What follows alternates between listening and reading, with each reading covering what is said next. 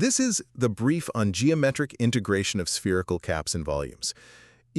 When you're dealing with anything spherical, trying to use standard x, y, z coordinates can be, well, a real pain. The source material here shows us a much more elegant way to handle it.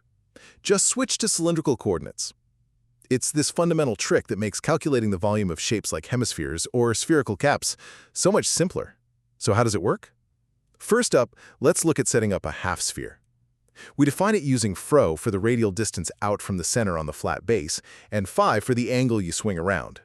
But the key is the height, the z-axis, which is figured out directly from the sphere's main radius r and that base distance φ.